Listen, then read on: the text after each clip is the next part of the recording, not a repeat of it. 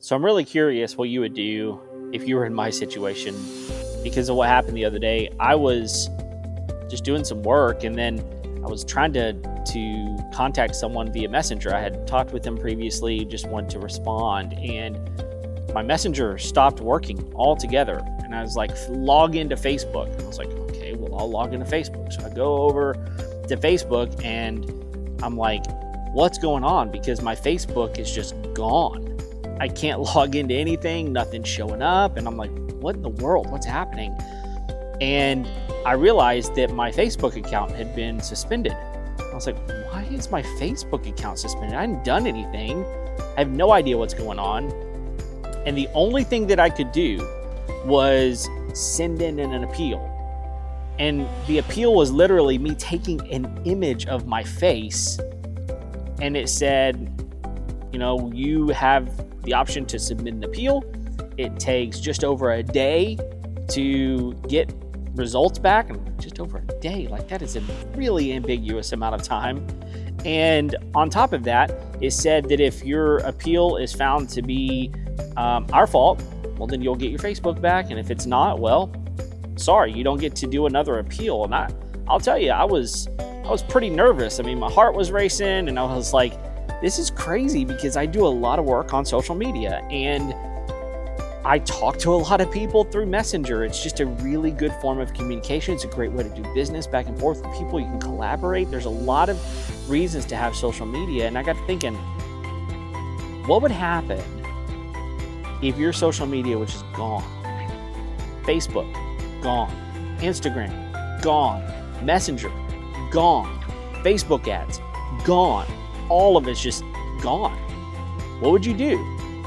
I'll tell you what, I was really thankful in that moment that I had a website, because I knew that no matter what, I would at least have a place that people could go and find me. They could learn more about who I was, because I had, my information there on my website.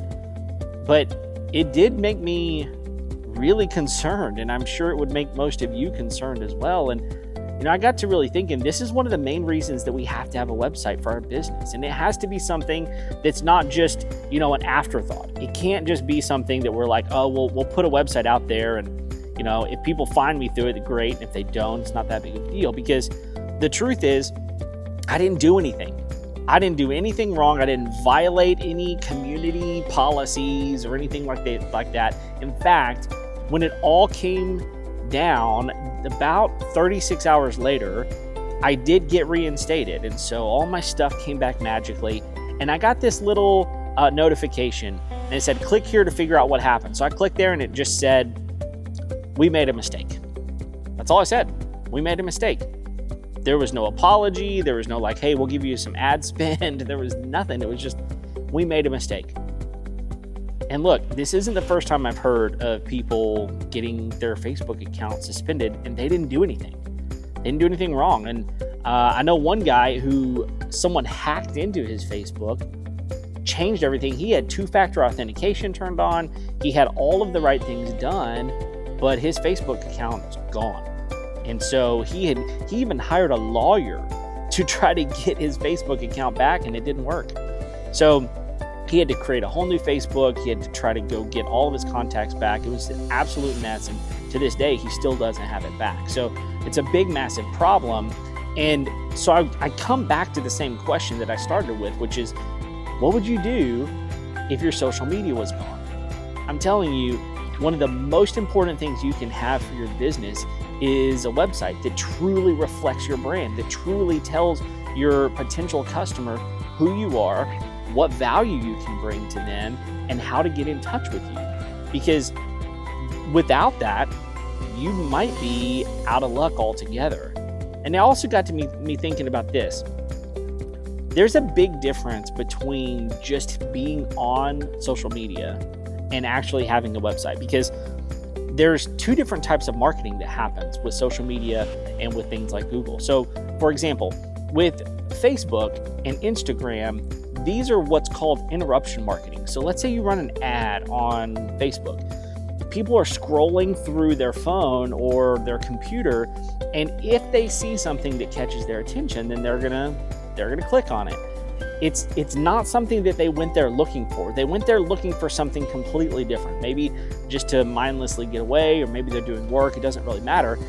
The truth is, it's an interruption, and it makes them think, I either forgot that I needed that thing, and I'm glad that I was reminded about it, or it could have even been just that, hey, that's something I've never thought about. That looks really cool. I'm going to check it out. And maybe it's the first time that they heard about it or found out about it. It's interrupting their normal day. So it's interruption marketing.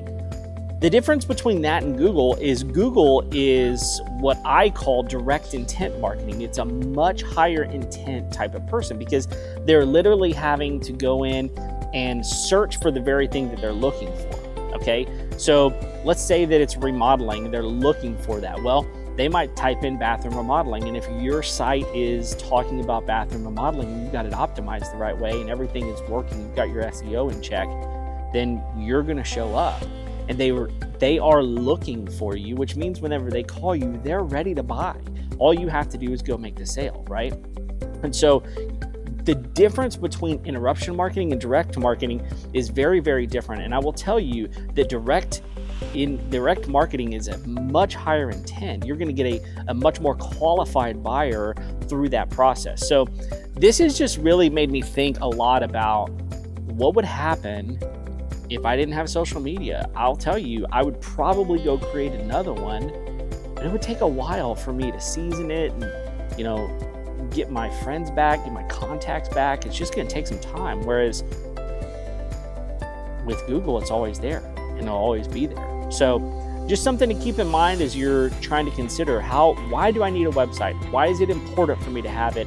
And why is it important for me to invest in it? It's not just about having something. It's about building it out the right way, investing in it so that it can truly push your brand, push awareness of what you do and what you can offer and how to get in contact with you. So if you need anything, I'd love to help you work through this in your own business, help you understand what kind of plan do I need to have in place so that I can make sure that I'm getting to my customers, making sure that they can find me, that they understand who I'm about, what I can do for them. If you need help with that, Sustained Growth Solutions can help you. You can find us at sustainedgrowthsolutions.com. You can email me at info@sustainedgrowthsolutions.com. My name's Kevin. We'd love to help.